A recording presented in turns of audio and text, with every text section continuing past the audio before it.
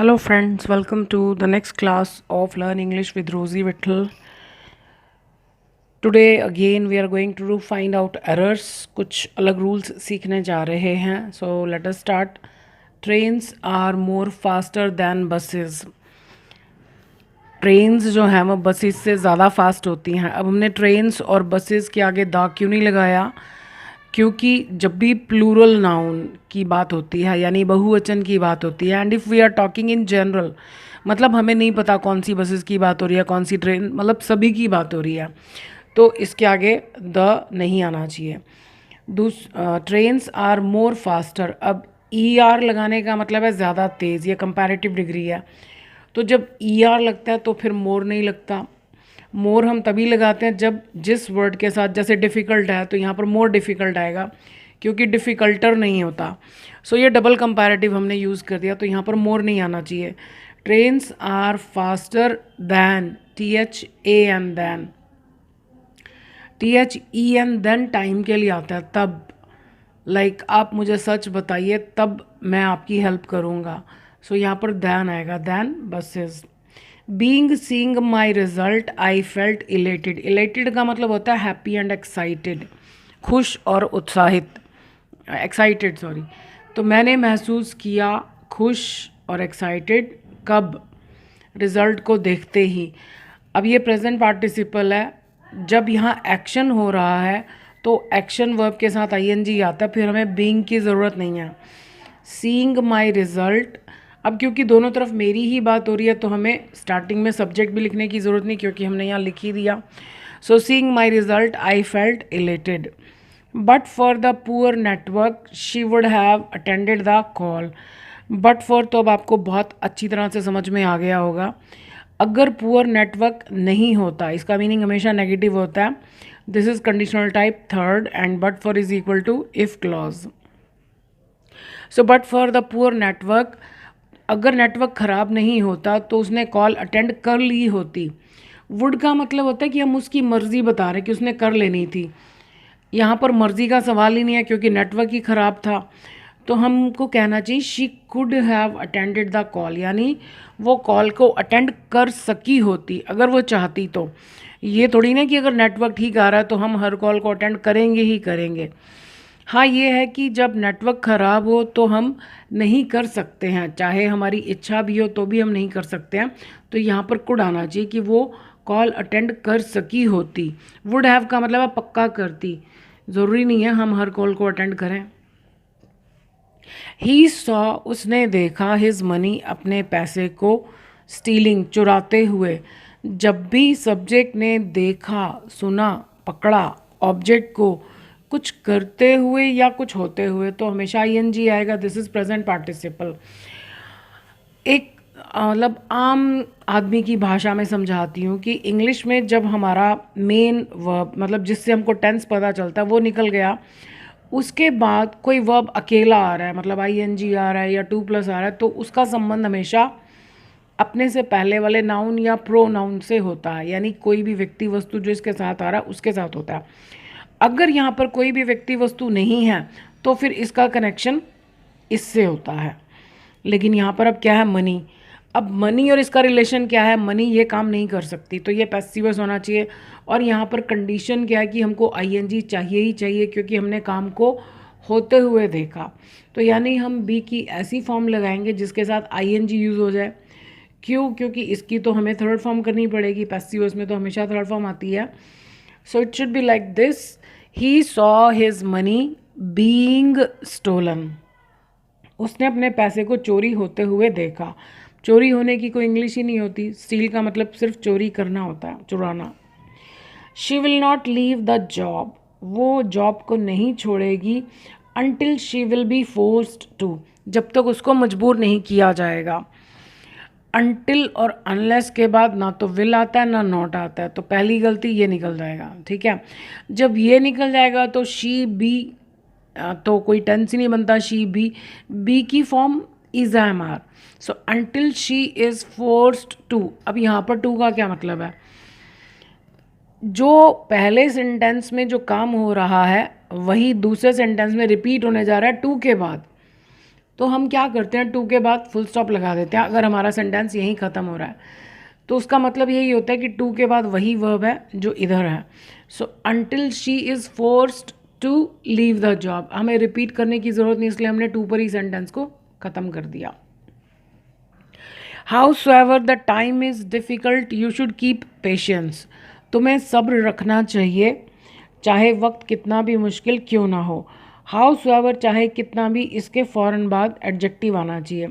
Howsoever difficult the time is, you should keep patience. Would that I am rich.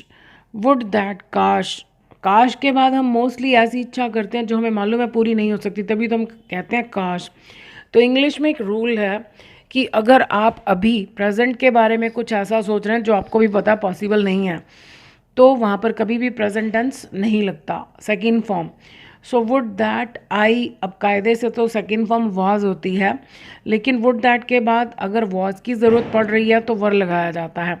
जैसे आपने conditionals में पढ़ा होगा, if I were the prime minister of the country, उसमें if I was नहीं होता, तो यहाँ पर भी वर आना चाहिए। Would that I were rich, और इसके बाद ये साइन ऑफ एक्सक्लेमेशन लगाना ज़रूरी है। यही बात जब हमने बोलचाल में कहनी है, स्पोकन में कहनी है, तो वुड दैट ज़्यादा स्पोकन में यूज़ नहीं होता। आई विश के बाद दैट नहीं आता। I wish I were rich, मतलब मान लिया हमारे सामने कोई चीज़ है ऐसी जिसके लिए बहुत पैसा चाहिए और हमारे पास है नहीं, तो हम कहते हैं काश मैं अमीर होता या होती, तो मतलब उस आपके लिए वो चीज़ को ख़रीदना ईजी हो जाता। यही बात अगर हम पास्ट की कहें, मान लिया 10 दिन पहले हमने कोई चीज़ देखी थी और उस टाइम हमारे पास उतने पैसे नहीं थे या हम अफोर्ड ही नहीं कर सकते थे, तो आज हम किसी को बता रहे हैं कि हमने वो चीज़ देखी जो कि बहुत ही अनमोल थी, लेकिन मैं अफोर्ड नहीं कर सकता था, तो काश मैं अमीर रहा होता उस दिन। तो जब भी वुड दैट के बाद आप पास्ट की बात करोगे तो पास्ट परफेक्ट टेंस आता है, तो यानी हम हैड लगाएंगे और यहाँ हमने बी की फॉर्म लगाई ना, तो वही आएगी, बीन हो जाएगा। So would that I had been rich, past की बात कर रहा है, and would that I were rich, अभी की बात कर रहा है। वुड दैट के बाद प्रेजेंट टेंस कभी कभी नहीं आता।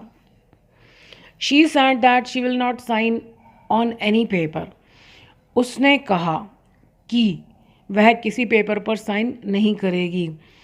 ये अक्सर हम गलती करते हैं जब हमारा पहला वर्ब पास्ट में है और उसी सेंटेंस के दूसरे हिस्से में फिर एक सेंटेंस आ रहा है। अगर तो आप कोई यूनिवर्सल ट्रुथ बता रहे हैं, यानी कोई बात हमेशा के लिए जो सच है वो प्रेजेंट टेंस रहेगा, अदरवाइज आप पास्ट के ही किसी एक दिन से रिलेटेड कोई बात यहाँ कर रहे हैं, तो अगर ये पास्ट है तो यहाँ भी पास्ट होना चाहिए। अगर ये पास्ट नहीं है तो या तो प्रेजेंट होगा या फ्यूचर होगा। जब यहाँ प्रेजेंट या फ्यूचर हो तो हम यहाँ कोई भी टेंस यूज़ कर सकते हैं। प्रॉब्लम सिर्फ तब होती है जब यहाँ पास्ट हो, और ये गलती बहुत करते हैं। तो she said that, she will की पास्ट फॉर्म क्या होती है, वुड। वुड के बाद भी फर्स्ट फॉर्म आती है, ही वुड नॉट साइन। अब साइन के बाद हम एक गलती और क्या करते हैं, ऑन लिख देते हैं, क्योंकि हम हिंदी में कहते हैं ना पेपर पर साइन नहीं करेगी। साइन का मतलब ही होता है किसी चीज़ के ऊपर हस्ताक्षर करना, सिग्नेचर करना, तो ऑन लगाने की ज़रूरत नहीं है। अगर आप ऑन प्रपोजिशन लगाओगे तो वो गलत हो जाएगा। हाँ, अगर सिग्नेचर शब्द है तो ऑन लगता है, like I did not find your signature on the cheque, वहाँ पर लगेगा। लेकिन साइन जब वर्ब है, साइन वर्ब की तरह यूज़ हो रहा है, तो ऑन नहीं आएगा, इनफैक्ट कोई प्रपोजिशन नहीं आएगी। So she would not sign any paper. Being the sound pleasant she enjoyed the music, उसने म्यूज़िक का मज़ा लिया। क्यों? क्योंकि आवाज़ जो थी वो बहुत मधुर थी, प्लेजेंट थी। अब यहाँ पर इसकी बात नहीं हो रही, तो जिसकी बात हो रही है उसको यहाँ आना चाहिए। अगर वो यहाँ नहीं है तो हम ये मान लेंगे कि दोनों तरफ इसी की बात हो रही है। तो बात किसकी हो रही है, द साउंड। तो द साउंड बीइंग प्लेजेंट, आवाज़ अच्छी होने के कारण शी एन्जॉयड द म्यूज़िक, उसने म्यूज़िक को एन्जॉय किया। Any money was not counting, sentence के शुरू में एनी आ सकता है बशर्ते कि उसमें नॉट नहीं होना चाहिए। जब नॉट नहीं होता और एनी स्टार्टिंग में आ रहा है तो उसका मतलब होता है ऑल। जैसे एनीबडी कैन कुक फूड, कोई भी खाना बना सकता है, वैसे तो सबको नहीं आता बनाना। जैसे लाइक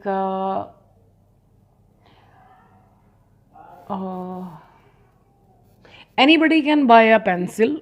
पेंसिल का क्या है, पेंसिल तो कोई भी खरीद सकता है, यानी सभी खरीद सकते हैं। तो जब एनी अकेला आ रहा है बगैर नॉट के तब तो चल सकता है, लेकिन अगर एनी और फिर नॉट आ रहा है तो मतलब दोनों को निकाल दीजिए। और यहाँ पर लिखिए no, NO, no. No money यानी कोई भी पैसा नहीं। अब काउंट का मतलब होता है गिनना, केवल गिनना। तो पैसा नहीं गिन रहा था, पैसा तो ये काम कर ही नहीं सकता। जब आप फाइंड आउट एरर्स करते हैं ना तो बाहर वाली शक्ल मत देखिए कि वॉज के बाद ING लग गया तो बस ये ठीक हो गया। मीनिंग समझिए। अब इसमें प्रॉब्लम क्या है कि ये पैसिव वॉइस होना चाहिए। अब बाहरी तौर पर सुपरफिशियली तो ठीक लग रहा है कि मनी के बाद वॉज लगा दिया, ING लगा दिया, but it should be in passive voice because our subject is not active. So no money was being, क्योंकि हमको टेंस चेंज नहीं करना है और ING के बिना कॉन्टिन्यूस टेंस बनता ही नहीं है, चाहे वो एक्टिव वॉइस हो या पैसिव वॉइस हो। So no money was being counted. So आज आप काफ़ी खुश दिखाई दे रहे हैं क्योंकि काफ़ी सारे सेंटेंसेस ठीक हो गए। जिनके नहीं हुए वो शायद ज़्यादा खुश नहीं हैं, खुश हो सकते हैं। प्रैक्टिस करते रहिए, करते रहिए, करते रहिए।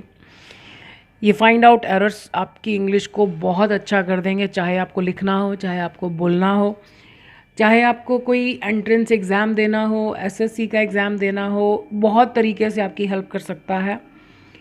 तो आप भी दूसरों की हेल्प कीजिएगा। अगर आपको लगे कि ये वीडियो किसी के लिए यूज़फुल हो सकती है तो ज़रूर शेयर कीजिएगा, क्योंकि जब हम दूसरों का भला करते हैं तो हमारा उससे कई ज़्यादा गुना भला होता है। So I wish you all the best. Thank you for watching this video.